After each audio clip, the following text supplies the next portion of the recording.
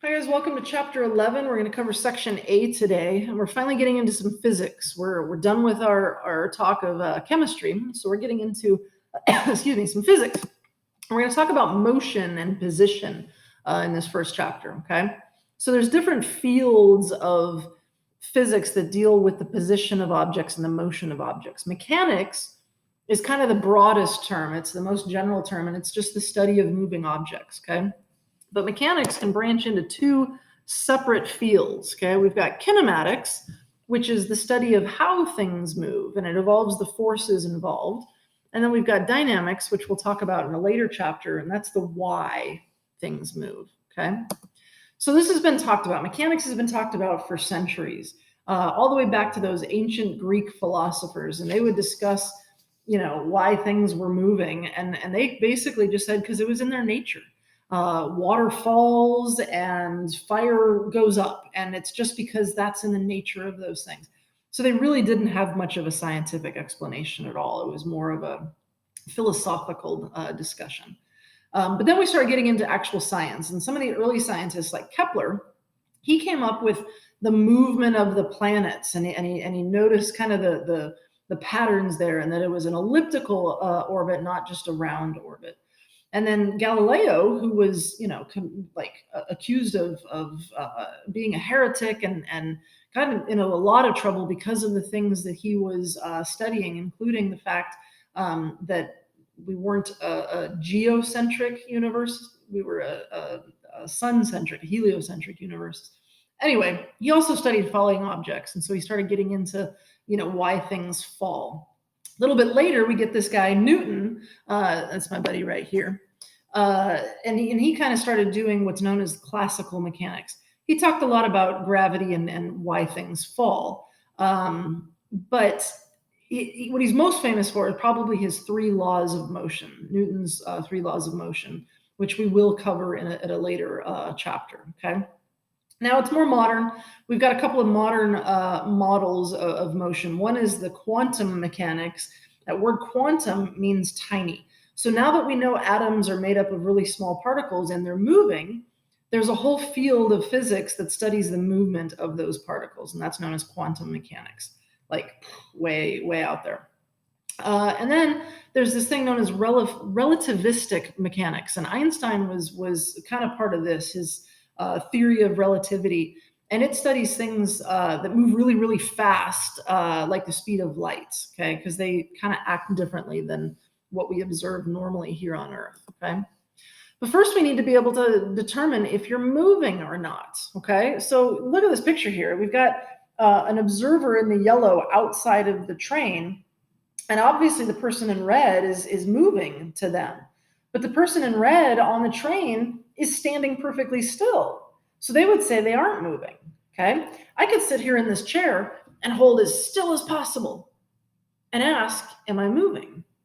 And the question is always yes, because the earth is moving through the universe. So no matter how still we are always moving, which means we need more information. We need a frame of reference. We need a point of reference to determine if something is moving or not. Okay. So this person in red isn't moving if you compare them to the train. If you observe them inside of the train, you would say they aren't moving. However, the person in yellow would absolutely observe them as moving. Okay.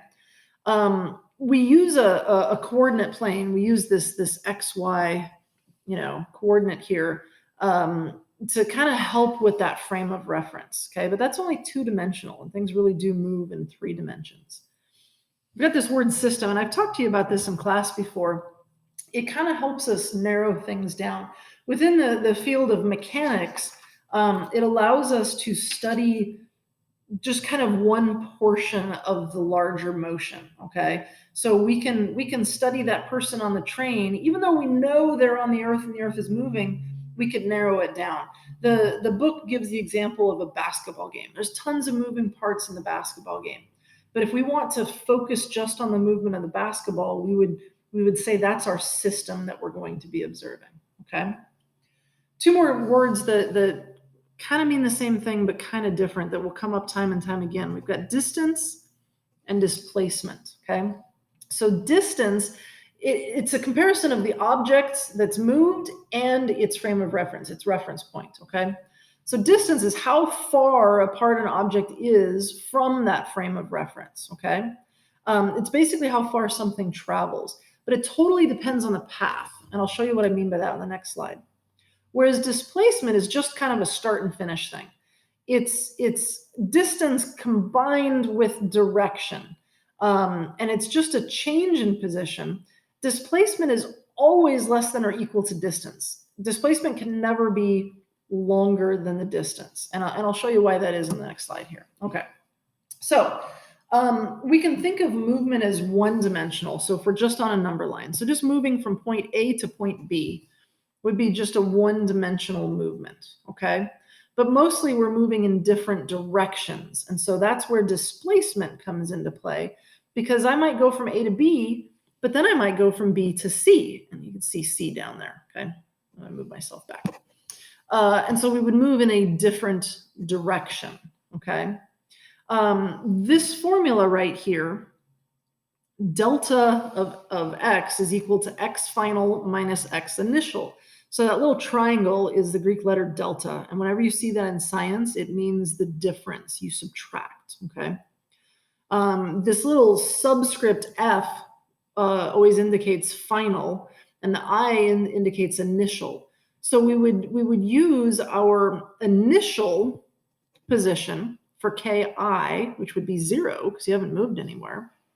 And then we would use our final position, kf, to determine the displacement, okay? So this tells us we moved 8 kilometers. So 8 minus 0 equals 8. So our displacement is 8, okay?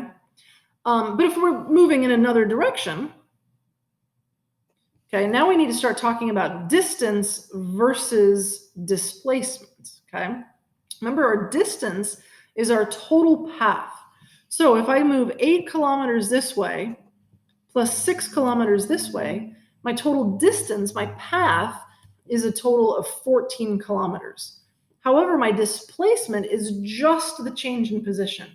It's a comparison of where I am now compared to where I started with.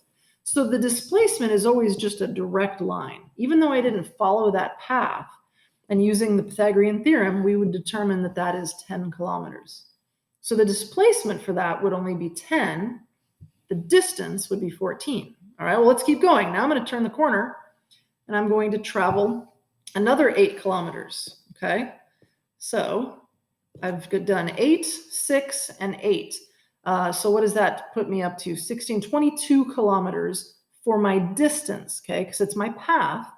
But now my displacement, now I'm comparing this spot, my final position, my final place compared to my initial. Now my displacement is only 6, okay? So that's why the displacement is always less than or equal to the distance, okay? Now I'm gonna blow your mind. What if I turn the corner and I've walked all the way around the block? My distance is gonna be the entire perimeter there, okay? So what's that, 28? 28 kilometers would be my total distance. What's my displacement going to be? If I start and finish at the same spot, my final position is the same as my initial position. That means my displacement is equal to 0.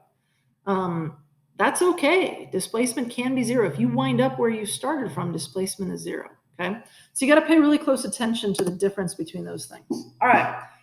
Because direction comes into play, we have to kind of keep track of what we're talking about: scalar measurements or vector measurements. Okay, and this is just the reminder that distance depends on the path traveled, and displacement only depends on the starting and ending position. I just talked about that. Okay, so scalar measurements are just a quantity; they are just an amount.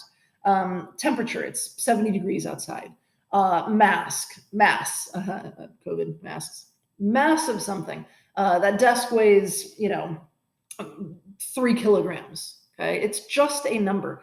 Distance is a scalar measurement. I walked 3 miles, Okay, it has nothing to do with direction. Scalar would be just a description of the length. It's 5 meters long, okay? But so many things in physics depend on direction as well. Next section, we're going to start talking about velocity. Displacement, we went all the way around the block. The direction absolutely mattered.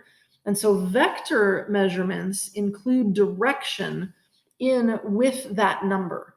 So it's not just 5 meters long, it's 5 meters to the east, okay?